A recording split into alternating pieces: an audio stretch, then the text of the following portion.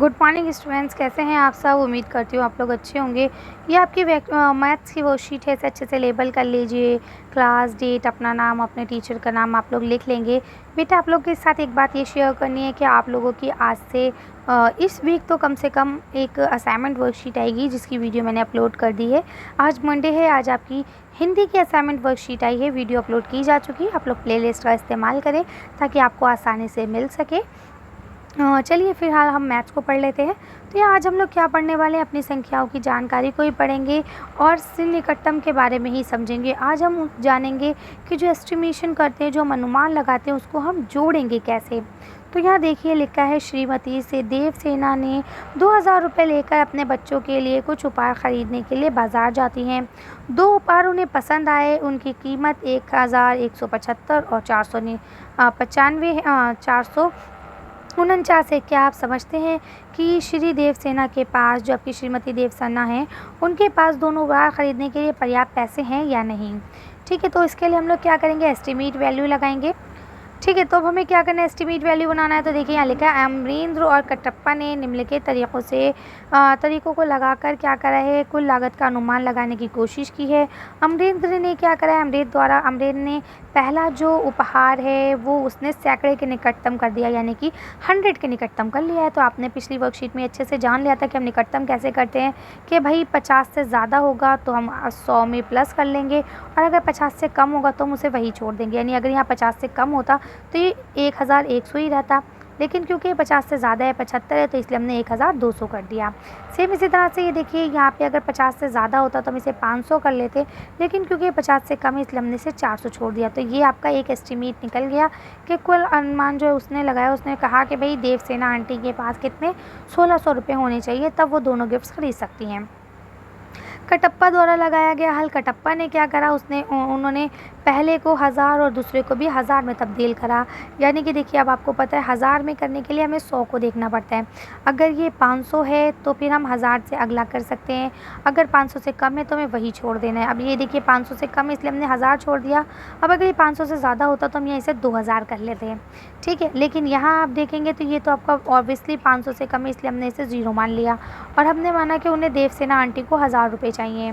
तो ये वाला अनुमान जो है बेटा ये गलत है, क्योंकि देखिए हमेशा याद रखिए, जब भी हम कोई चीज़ का आकलन करते हैं या कोई भी चीज़ का अनुमान लगाते हैं, तो अनुमान लगाने का क्या मतलब होता है कि हम एस्टिमेट कर रहे हैं। तो अनुमान हमेशा जो हमारी मूल्य हो, जो हमें मालूम है कि इतने हो सकते हैं, उससे ज़्यादा का ही होता है हमेशा। ये चीज़ ध्यान में रखिएगा।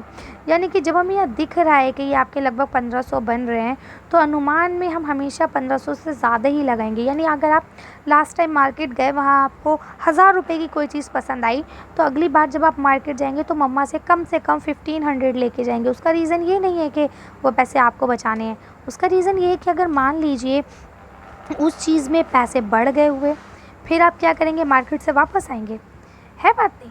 तो हम क्या करते हैं, जो एस्टिमेट वैल्यू होती है वो रियल वैल्यू से हमेशा ज़्यादा होती है।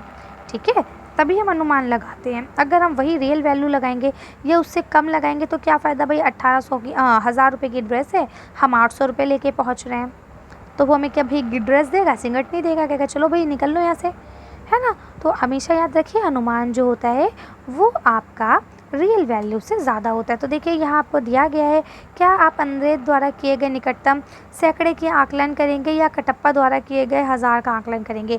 तो आपको इसकी चर्चा करनी है अपने फ्रेंड्स के साथ। तो देखिए मैं आपको बताऊँ, एक चीज़ हमेशा याद रखना है कि जो ये निकटतम हम लोग करते हैं ना, अगर हमें नहीं दिया गया है कि आपको इसके निकटतम करना है, तो हम इसको अपने आप से कर सकते हैं। ठीक, लेकिन इसका कोई एक पर्टिकुलर फार्मूला या कोई शर्त नहीं है कि भाई आपको ऐसे ही करना है, कोई इसका रूल नहीं है।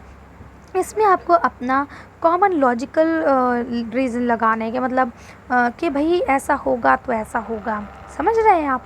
तो अब देखिए यहाँ अगर हम अपने दिमाग की बात करें, अगर हम अपना ही थोड़ा सा दिमाग लगा दें, तो यहाँ हमें पता चल रहा है कि भाई कितना कमाई वैल्यू है ना।